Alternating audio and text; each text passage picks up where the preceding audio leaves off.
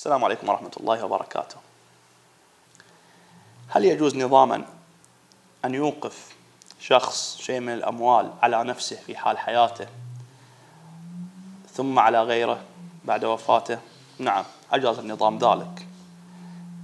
فلا يشترط النظام كون الموقف لا ينتفع بالوقف في حياته، بل يجوز له النص على ذلك.